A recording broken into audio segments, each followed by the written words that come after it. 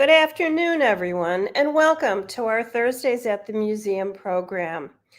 I'm Christine Mark, the manager of volunteer development, and I'm here with some IPVs and also Sharon Harrell today to talk to you about some artworks. Today's program is The Art of Spanish-Speaking Artists in the DIA's collection. It's a great show, and I hope you enjoy it. And thank you for joining us. As a reminder, general admission to the museum is always free for residents of Wayne, Oakland, and Macomb counties. You're encouraged to visit after today's program, as many of these works are on view. If you want to leave a comment, you can do so by writing in the chat box on YouTube and in the comment section on Facebook. Today, we have the virtual program, as I said, Art of the Spanish-Speaking Artists in the DIA's collection. It's presented by docents Jim O'Malley, Tana Jenkins, and Pamela May. Sharon Harrell will be running the slides, and she's doing all the work behind the scene today. And I will be monitoring the Q&A. So without further ado, welcome. Jim O'Malley, you're up.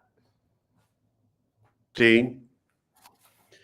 As Christine mentioned, we're going to be talking about, next slide, please. Thank you. We're going to be talking about Spanish art. It is internationally known for its masters of sculpture, painting, and architecture. Today, we'll be looking at how Spanish art has become renowned for being diverse, innovative, and exciting, with many pieces embodying that timeless quality which leave viewers awestruck time and time again.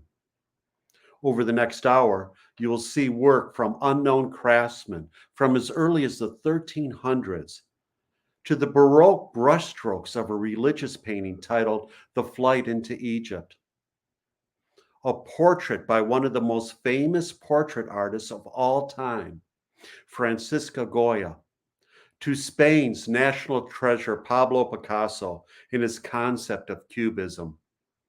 And will even venture into the surrealist sphere, inhabited by the likes of Spanish artists Juan Miro and Salvador Dali. Throughout the history of art, Spanish-speaking artists have carved an important position as trailblazers in the art world. Unafraid to take risks, they often incorporate symbols and techniques that recall their native lands and cultures. Beyond this, many artists, such as Doris Salcedo, also use their art to create social awareness in an effort to affect change, not only in their own country, Colombia in the case of Salcedo, but throughout the world.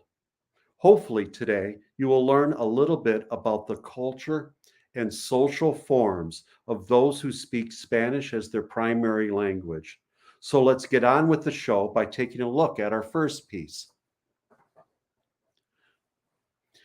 Whenever I walk into the DIA and walk down Romanesque Hall, I'm always cognizant that I've entered a special place.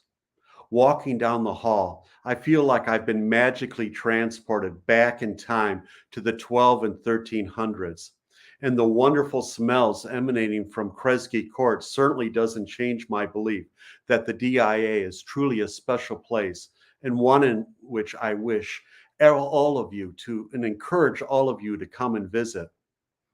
Coming upon the large baptismal font at the entrance to Kresge Court, I almost always stop, or at least slow down, and spend a moment to appreciate our first piece, the choir stalls from the Church of the Convent of Santa Clara and Estudillo, a small town in northern central Spain. This convent was founded in 1353 by Maria Diaz de Padilla. In Catholic churches during medieval times, the choir was the seating area reserved for clergy, or in our case, the nuns or women who spent their days living contemplative lives of prayer and meditation within the convent. The nuns would have begun using these stalls as early as the mid-1300s to sit or stand during their lengthy daily prayers and religious services. There are two groups of choir stalls in the DIA. Each section has 5 individual stalls. The posts separating the stalls, the beam ends, and the ceilings are richly painted in many colors.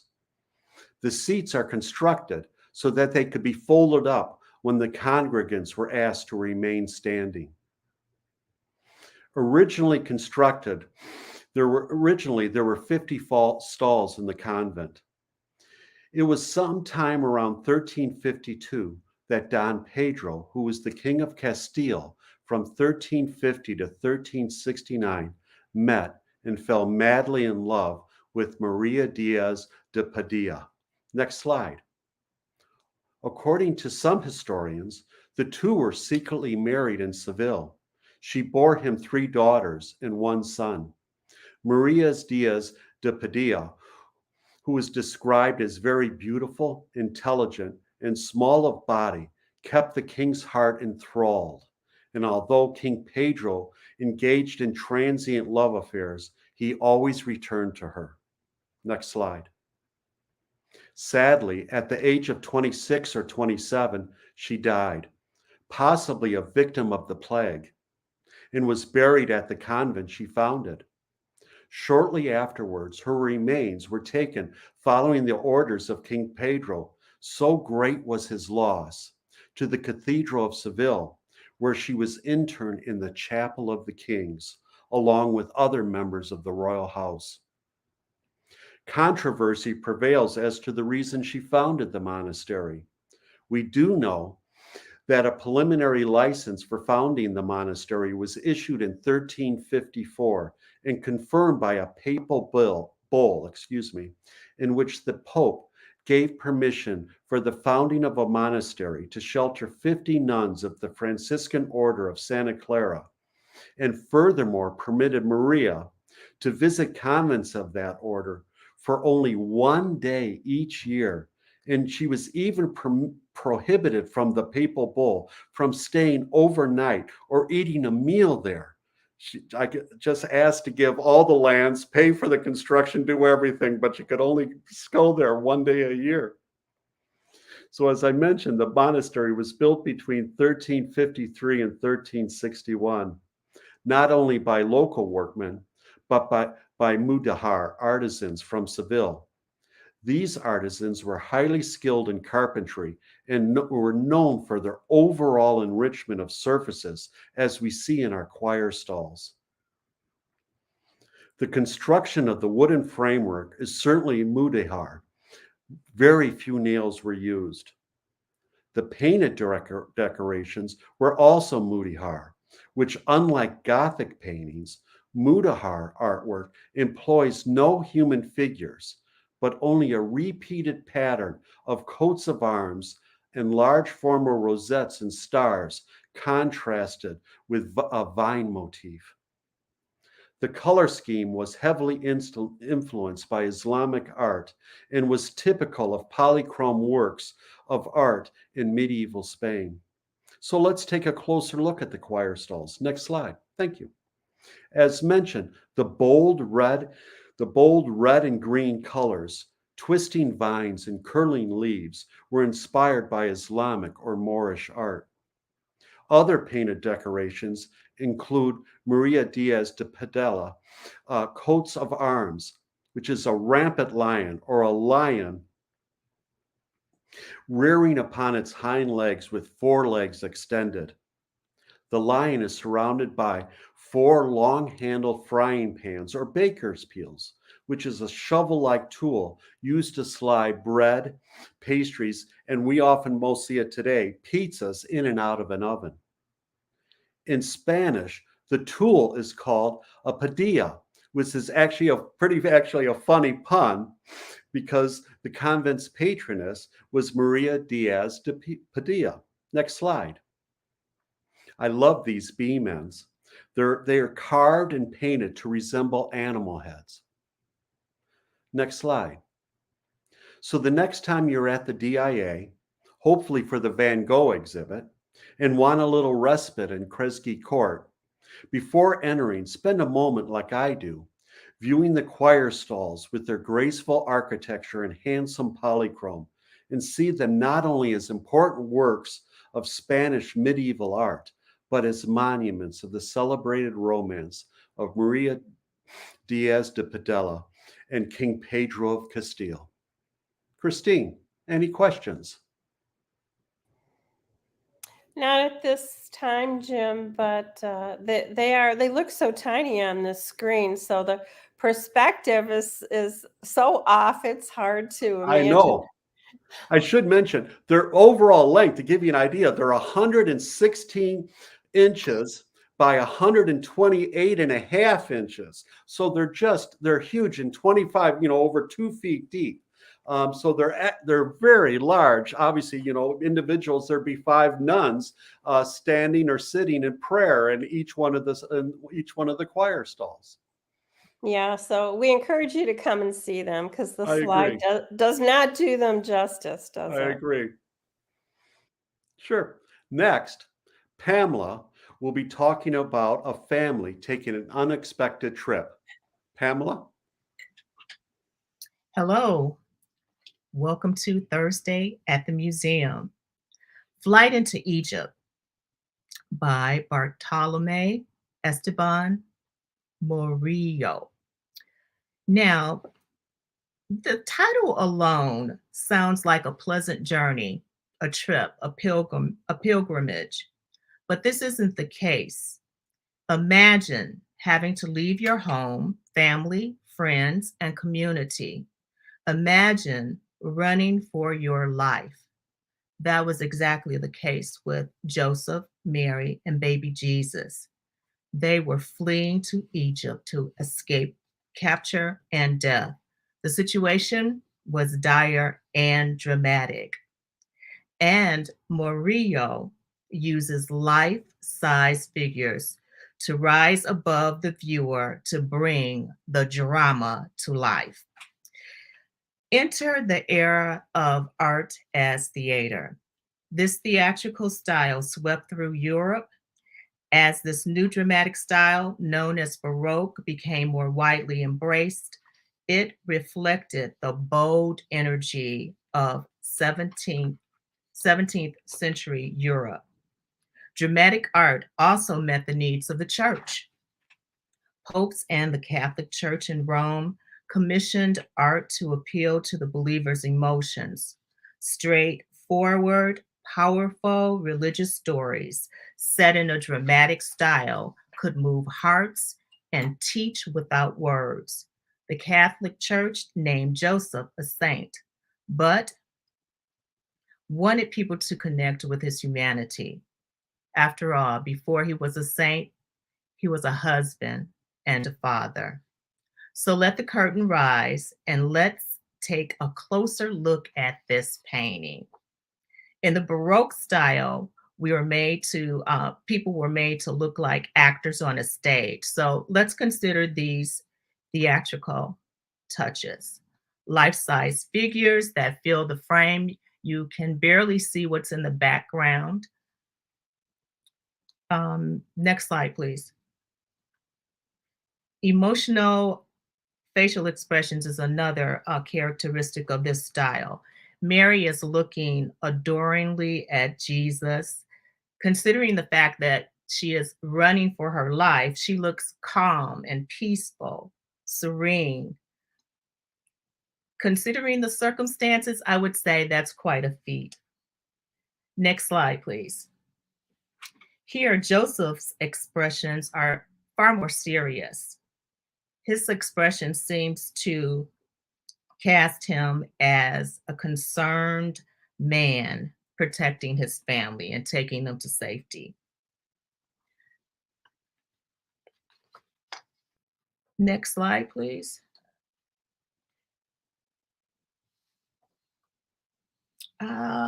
Emotional expressions. Oh, I'm sorry, I'm off a little bit. I apologize. The donkey here seems to recognize that he is carrying his head, his bowed head seems to, as though he recognizes the importance of the people he is carrying. Next slide, please. Joseph turns backwards. Another characteristic is grand postures and hand gestures.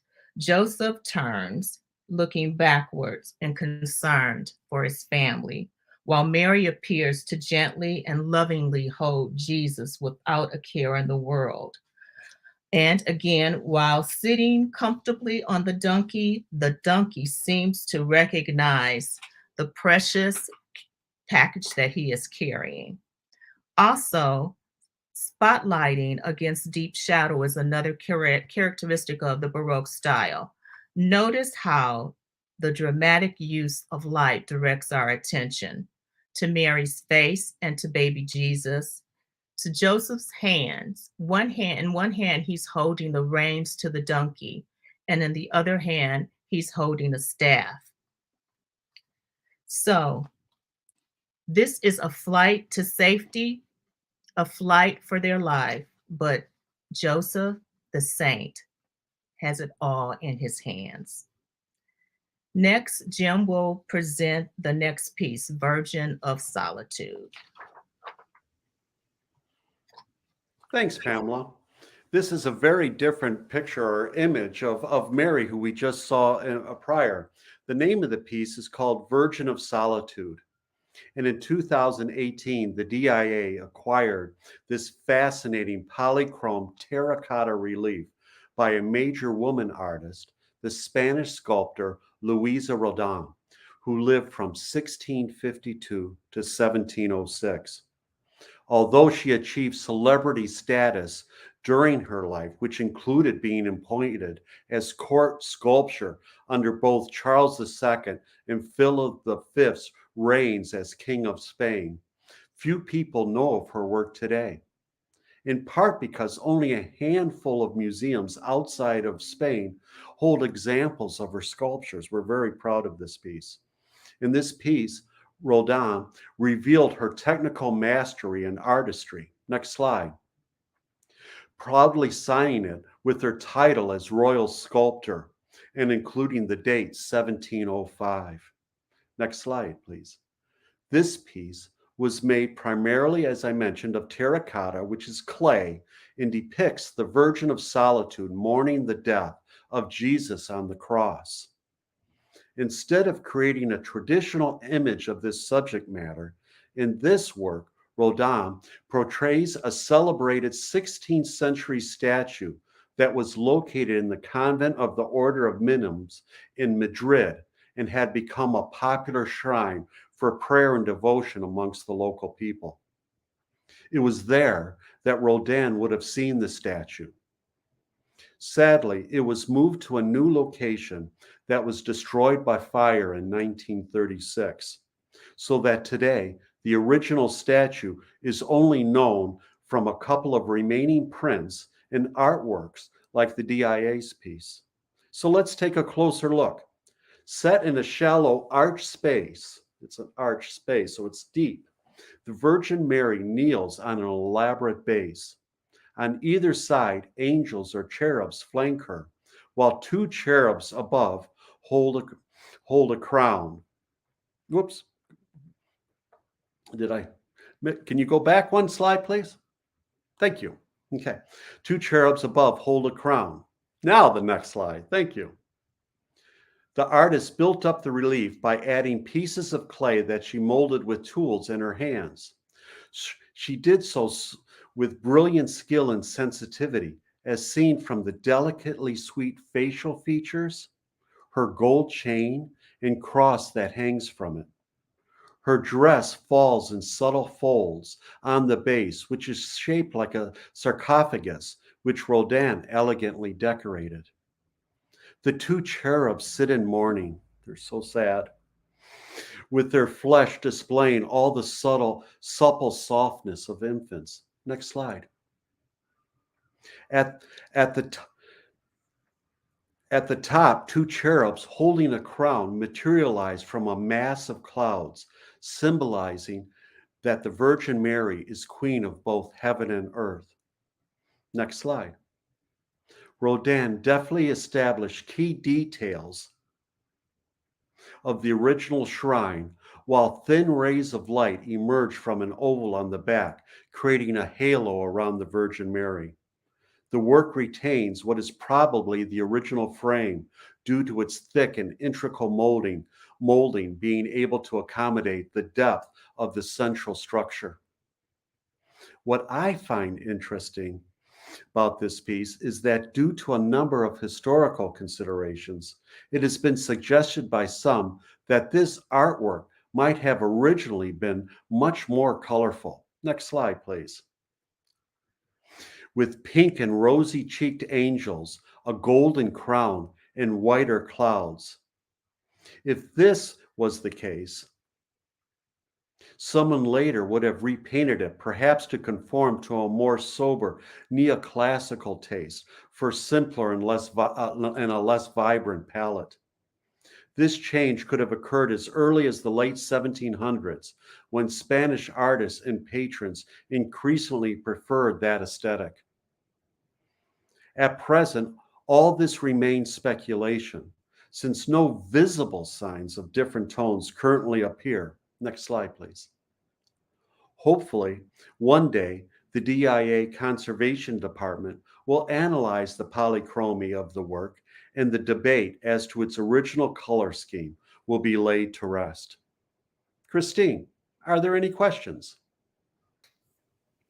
Not at this time, Jim. Thank you. It is a beautiful piece, though, isn't it? Oh, To me, it seems absolutely. more like a contemporary artwork than something that was created in 1705. It has that feel to me about it more than, for example, the previous work. Yeah, also it's hard to picture again in the slide the depth of it and that it's Yeah, three-dimensional. exactly. It doesn't really do this slide doesn't do this one Right. justice either.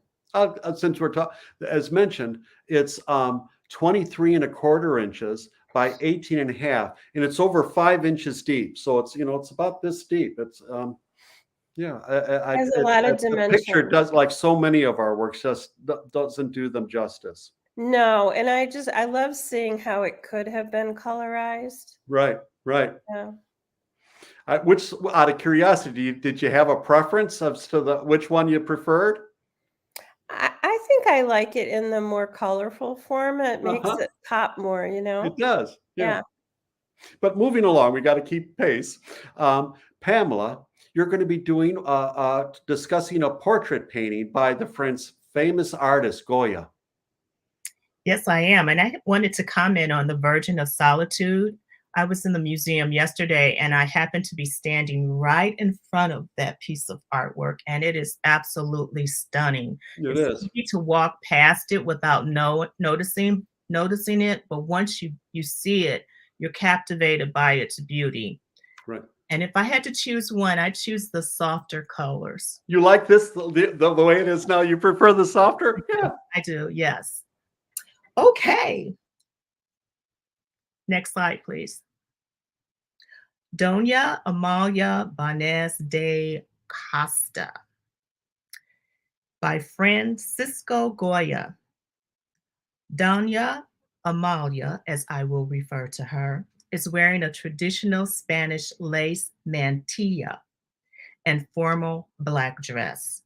This painting is an example of introspection in portraits. Unlike portraits created in earlier centuries, this image is not embellished with symbols of wealth, education, or profession. Portraits are carefully constructed to emphasize the individuality of the middle class clients depicted in them. Look for subtle visual cues artists use to suggest the sitter's pensiveness. Rather than looking directly at the viewer, sitters look away as if lost in thought. But in this painting, Danya Amalia looks directly at the viewer. She has a tentative look on her face. Her attire might suggest modesty and tradition. Next slide. This painting, this is an x-ray of what's underneath the painting of Danya Amalia. X-rays show another painting underneath this one. The X-rays revealed that the painting underwent a major change in attire. Danya Amaya originally wore brightly colored dress with flowers and other decorations, which have been painted over. From colorful and lively to black and somber. Why was the colorful dress painted over to become a black ensemble? Next slide, please. Early interpretations believe that the portrait was altered by the family following the death of her father. A later interpretation was that she had the portrait altered due to the French invasion of Spain so that her French-looking dress might look more Spanish. We now believe that she had the portrait redone to reflect that she was married. She was now married and must be shown in respectable black attire and the formal matia of the upper classes. It was common in those days to remodel or paint over a portrait because canvas was very expensive. It also gives new meaning to a woman in black. Tana, you're up next. You'll be presenting the painting, Mexican Pueblo. Thank you, Pamela. Mexican Pueblo is a piece that was made by Jose Clemente Orozco. And Orozco was a caricature artist and painter born in Mexico in 1883. He lived through the Mexican Revolution, which began in 1910 and ran through 1920.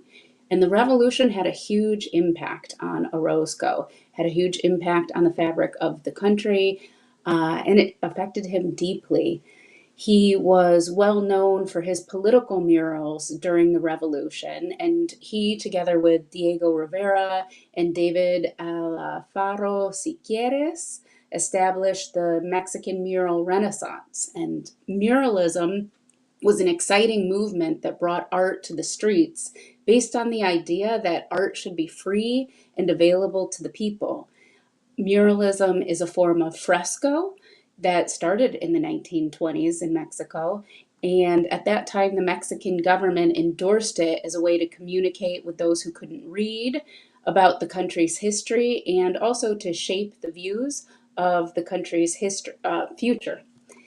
It was all rooted in idealism surrounding the revolution, and after the revolution, the indigenous history of Mexico was seen as a critical part of Mexican history.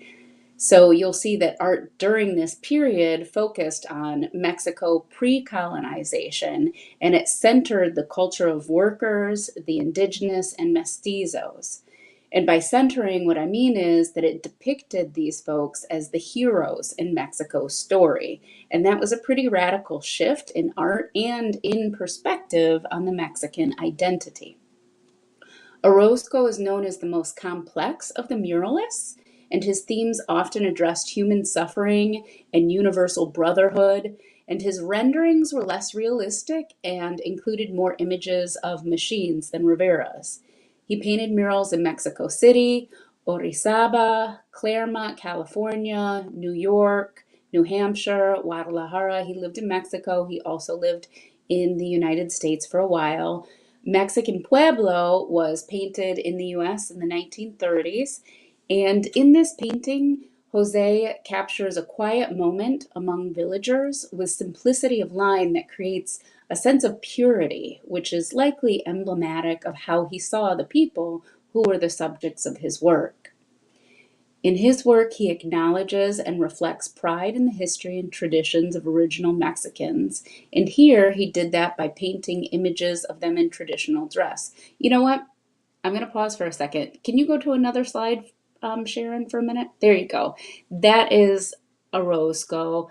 center, and on the left, the larger man, the taller man is Diego Rivera. I just wanted everybody to see him for a second. Okay, we could go back to Mexican Pueblo.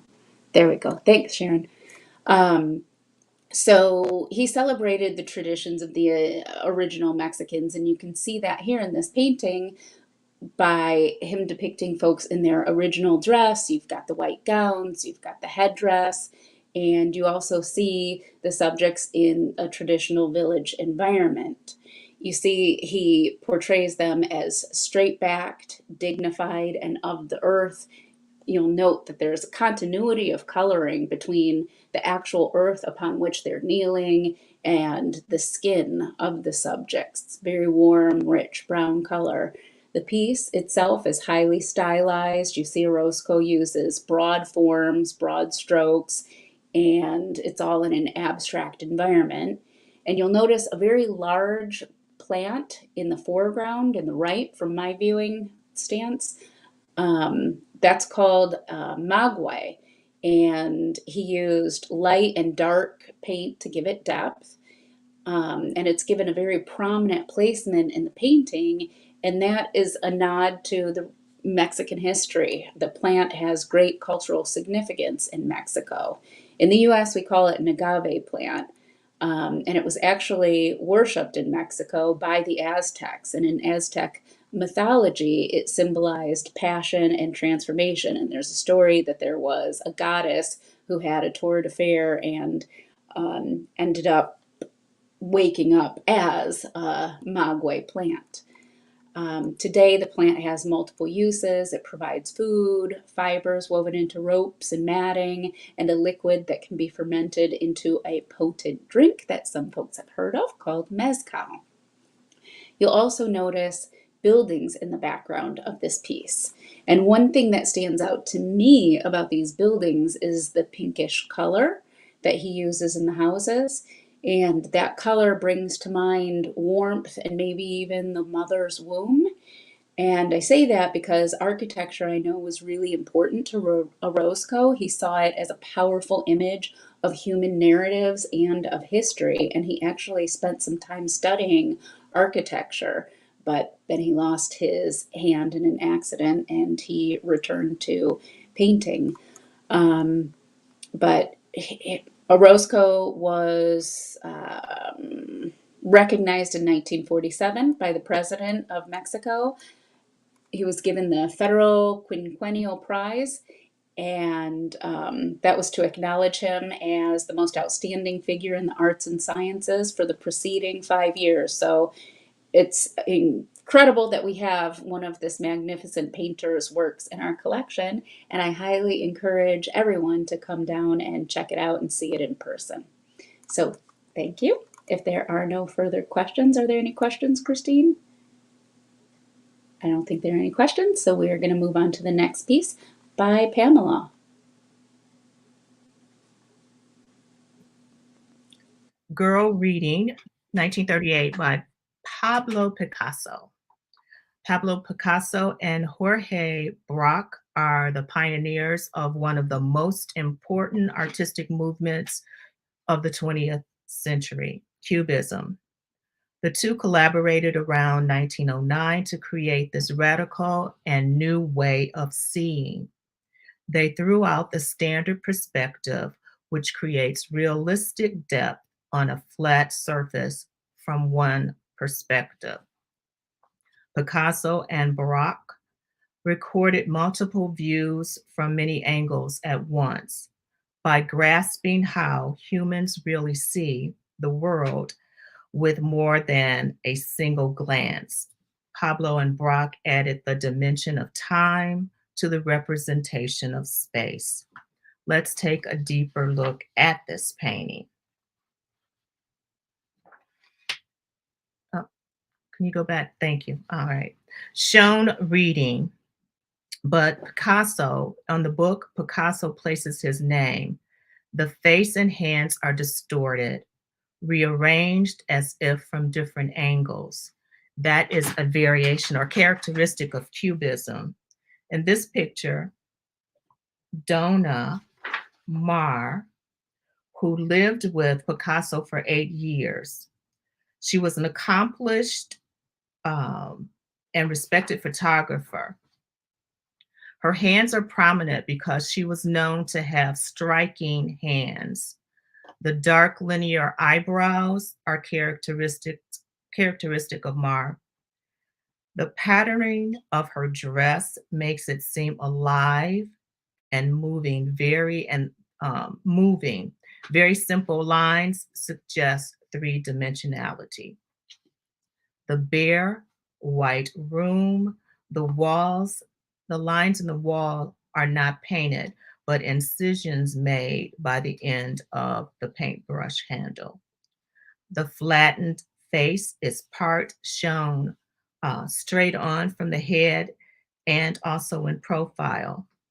Notice her big red lips, the dramatic eyebrows, prominent eyelids, round pupils that seem to pop out from the eyeballs, and the nose, which is jarring, shown in profile, but placed on the right side of the face. The nostrils, large and upturned, profile view of the nose facing us, doing away with a natural view of anatomy.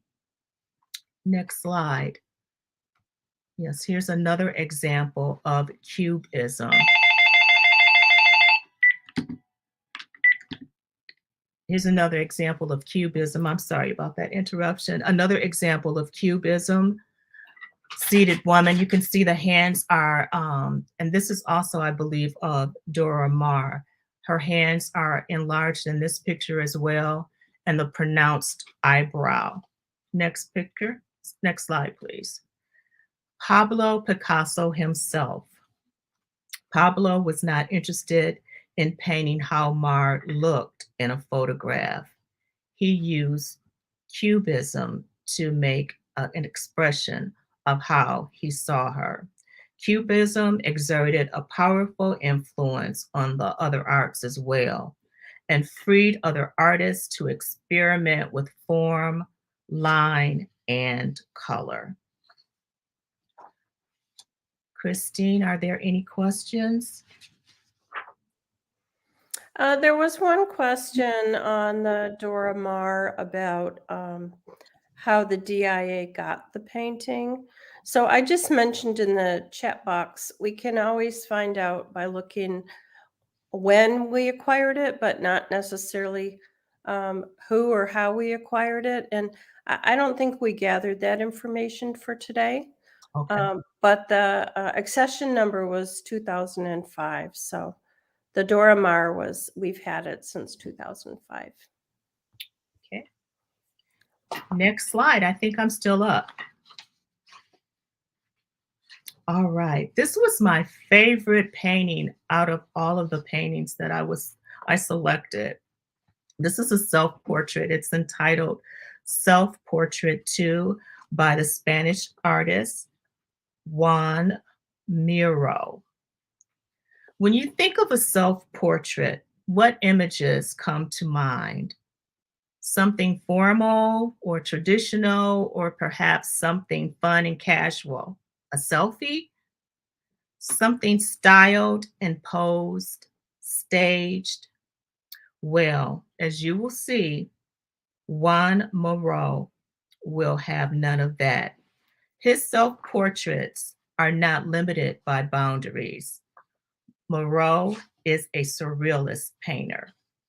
Surrealists are interested in how the mind can conjure an image or a thought based on a sign or a symbol. Let's take a closer look at Self-Portrait 2. It was painted when Miro was about 45 years old. And thinking about this, Self-Portrait 2, that must mean that there should be Self-Portrait 1. Next slide, please. Next slide. Sorry, this is, all right, this is the slide. This is Self-Portrait 1. It is more representative of what we would consider a traditional portrait, a realistic portrait, because you can see a face or what appears to be a face in this portrait. You can see the eyes, you can see what looks like a nose and a mouth. This is self-portrait number 1. So it's much more when you compare it to, can you go back to the first slide, please? Yes. When you compare self-portrait 1 to self-portrait 2, it is, as I said, more realistic and more representative of a typical or traditional portrait. Now, let's look at self-portrait 2 in depth. It is painted on burlap canvas, and I wondered if that was also a symbol, why he chose burlap and not a traditional canvas. Was it for the texture? And if it's for texture, does that is that a symbol representing something about him?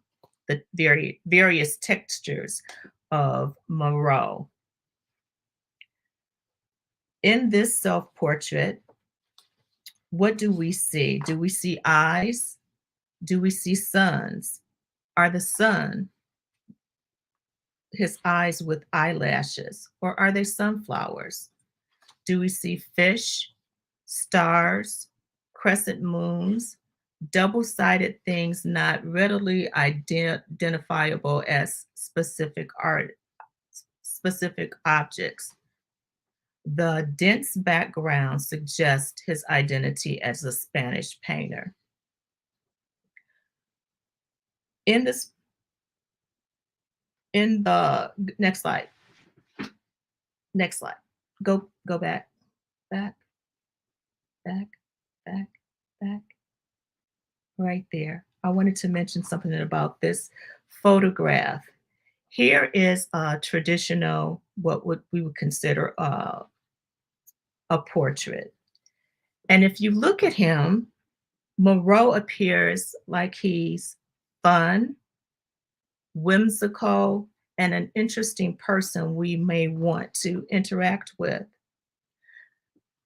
That being said, he was still a surrealist, believed identity is more than our name and what we look like. It is what's inside of us. So let me close with a question. If you created a self-portrait with signs and symbols, what would you include? How would you express who you are? Christine, any questions? Just a comment, Pamela, that perhaps the burlap as a medium was meant to symbolize some kind of perhaps roughness added to it. Ah, that's a different perspective. Mhm. Cool. Tana, take it away.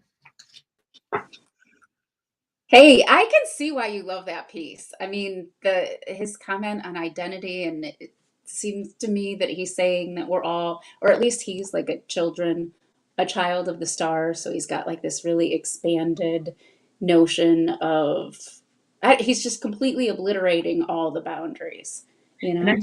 And I just think that he had a bright, to me, it just conveys that he had a bright perspective of the world, a bright overview or look on the world. Yeah. We need that now. That's important. Really? Yeah. Okay. Nice job, Pamela. I am going to talk with you about St. George and the Dragon by Salvador Dali. And I'm pretty sure most of the people watching this right now have heard the name Dali. He's one of the most well-known artists of all time. He lived from 1904 to 1989. He studied art in Barcelona and Madrid. He was influenced by Freud's writings on the erotic significance of subconscious imagery and the mission of the Surrealists, who Pamela just spoke to us about. Their mission, she may have mentioned this, I'm not sure, but It was to create a greater reality where the subconscious dominated reason. And in 1929, he joined their group. Can we go to the timepiece slide, Sharon? That's one more. Okay, two more. I lied. One more. Okay, there we go. So, in order to tap into his own subconscious, Dali put himself into hallucinatory states. The hallucinatory states catapulted his art and made him the most prominent surrealist artist in the world. His work often shows a dream world where commonplace objects are morphed into the strange and bizarre, like his melting watches, which we say here in this piece. And I think that's why many of you have seen this kind of imagery of Dali and you associate this imagery of Dali. And now, Sharon, if we could go back to today's piece. Thank you.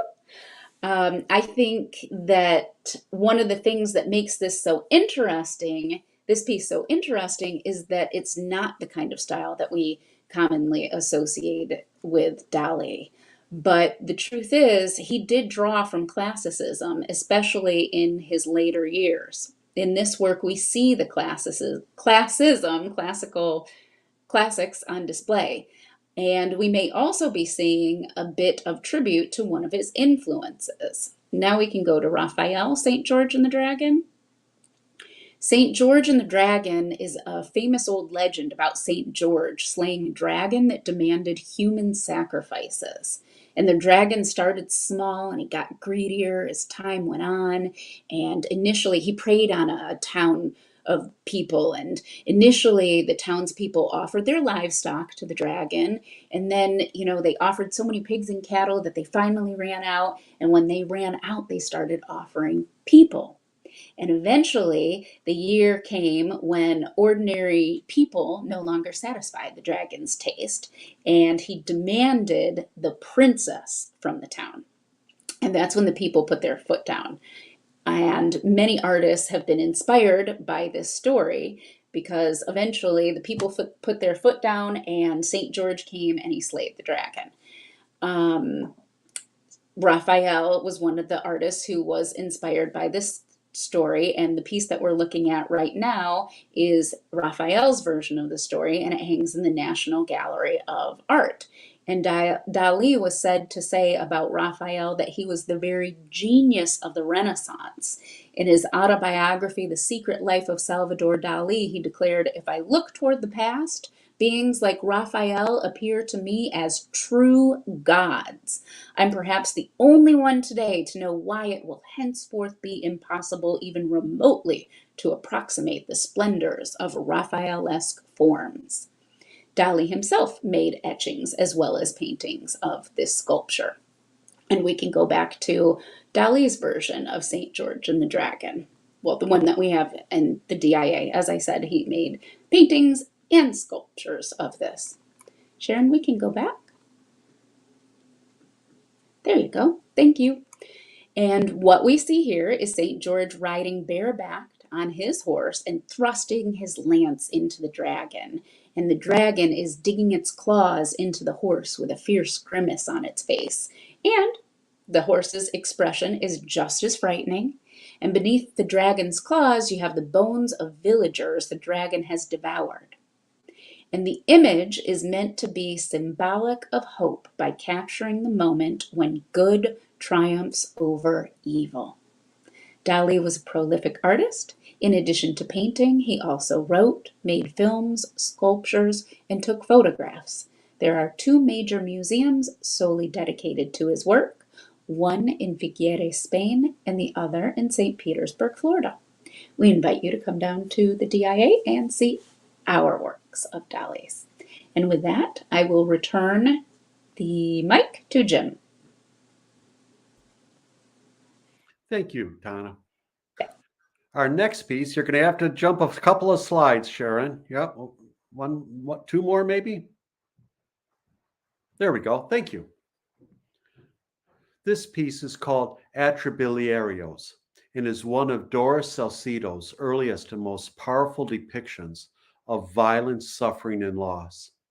The title references the Spanish expression atrabilis, which describes the melancholy and gloom associated with mourning.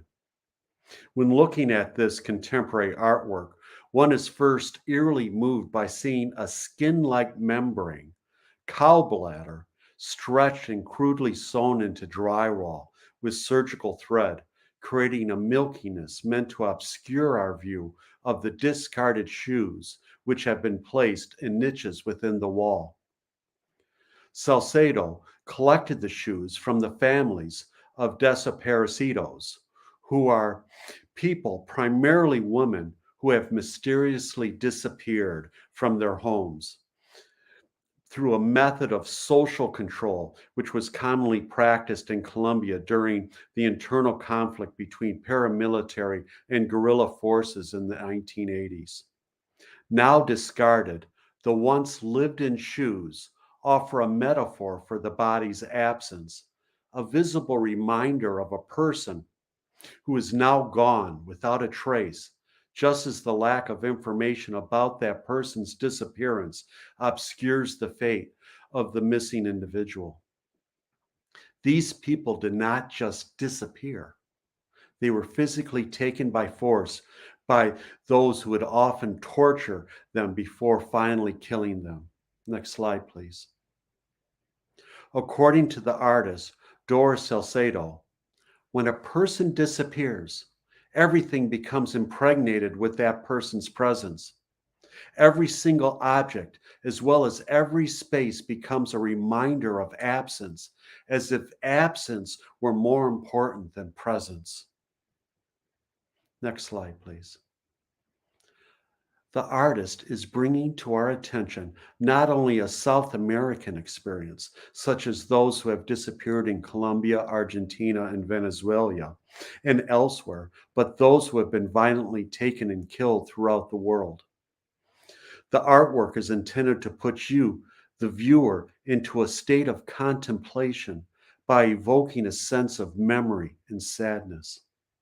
She does this through the utilization of every medium that she uses in her artwork. Who hasn't seen a shoe?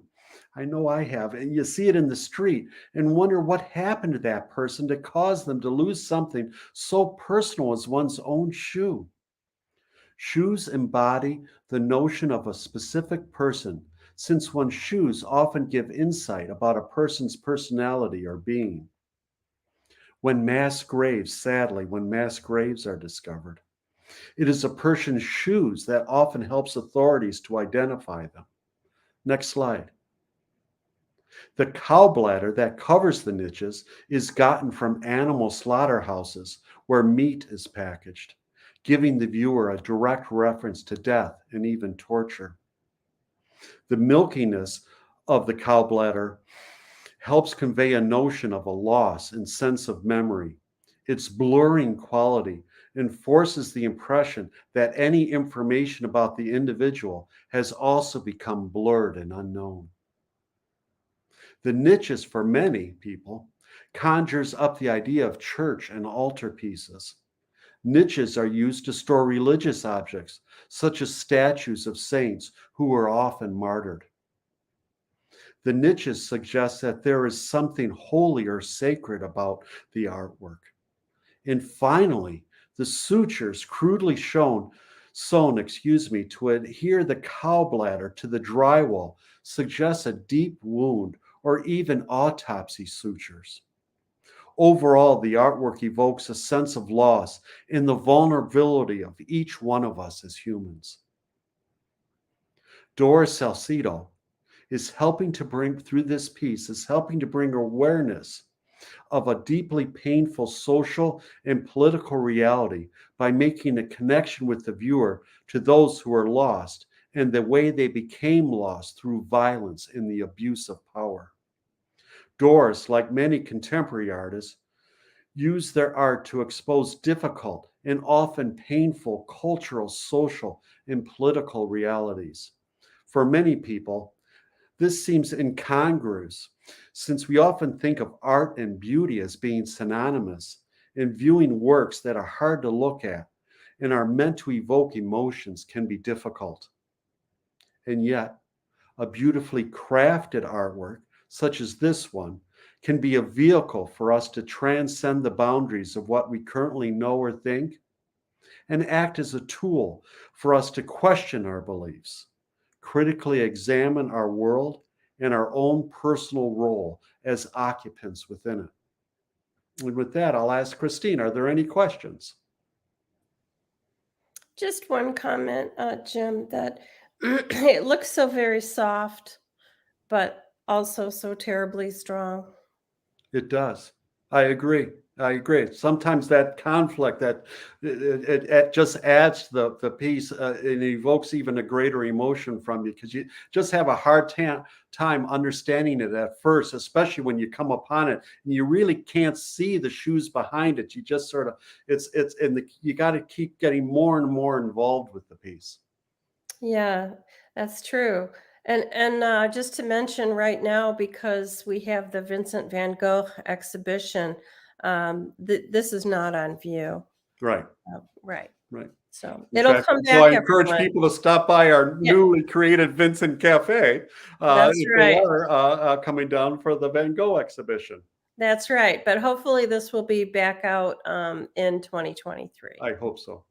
And for our last piece, Tana will talk about another terracotta piece, just like the Virgin of Solitude, but this much different. It's a really powerful piece, the Salcedo piece, Jim. Really forces you to stop and think. So, yeah. And like Salcedo, I'm not sure if I'm saying her name correctly, Catlett was also an artist who used art as a vehicle for thought and activism. And she's regarded as one of Mexico's most celebrated artists and one of the most important African American artists in the 20th century. Her pieces hang in the most esteemed museums in the world. She was an American artist who emigrated to Mexico in 1962, where she lived with her husband, artist Francisco Mora, and their two children. She lived there for over 50 years. She was, as I said, dedicated to creating socially conscious art, and her sculptures often reference the African diaspora, the intermixing of peoples, and shifting of identities. Kind of makes you think back to Miro. Two issues commonly addressed in her work are social justice and the lives of women. In 1952, she said, "I believe that art should come from people and be for the people." She's known for her sculpture, and she's also known for her print work. She was the first woman professor of sculpture at the Universidad Nacional Autónoma de México. The piece we're looking at today is Terracotta Head, made in 1960. And if you take a minute to look at this piece, really stop and study it, you'll see that the facial features and hair of this sculpture suggest a woman of African descent. But the actual head is a round form that sits solidly on its base and recalls colossal sculpted stone heads created by the Olmec people who thrived in Mexico more than 2,400 years ago. And Sharon, I think we have a slide of an Olmec head. Can we move forward? There we go. Thank you. The Olmec were an ancient pre-Columbian people living in what's now south central Mexico from 1400 BCE to about 400 BCE. 17 large stone heads, the first excavated in the 1940s, are the most recognizable artifacts of the Olmec civilization. They're carved out of volcanic stone and weigh up to 20 tons. The helmeted heads are believed to be portraits of rulers. And so now we can go back to our own portrait of a ruler. There we go. Thank you. And our ruler is every woman. All the features in the terracotta head are bold and they evoke a sense of power. And you'll notice the indentation in her pupils gives the impression of great depth. And the rich brown coloring is warm and the surface so smooth. You've got light on the forehead and the woman shines as though she's lit from a source within. And that's possibly a comment on the empathetic and respectful way she wanted her subjects to be regarded. But Catlett is also known to have said that she loved the beauty of the materials as much as the finished product, and she liked to polish the stone to bring out the material's own beauty. And this piece is a combination of Catlett's Black heritage and Mexican identity.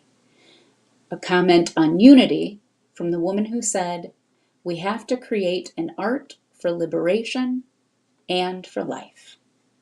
And with that, unless there are any questions, are there any questions, Christine?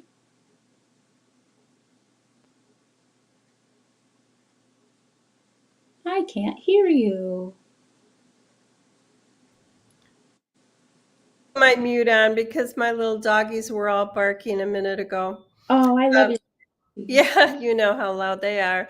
But anyway, it was really nice that you added that slide with the Mesoamerican Olmec head, so we could see where she got her inspiration from. That was really cool. Thank you. Yeah, my pleasure. Thanks, everyone. And now, Pamela, sorry. Well, we've come to the end of another wonderful Thursday at the museum. On behalf of the DIA, the Thursday at the Museum team, I thank you for spending your time with us today. We sincerely appreciate you honoring us with your presence. But I'd like to invite you to, one, visit the Van Gogh in America exhibition. You won't be disappointed. It is exceptional. And join us next Thursday for Thursday at the Museum, and we will be talking about Ofrendas, the Day of the Dead. And there's a special treat. Next week's discussion will be with the artist featured in that exhibition. So we hope to see you here next Thursday. Thanks again for coming. Bye.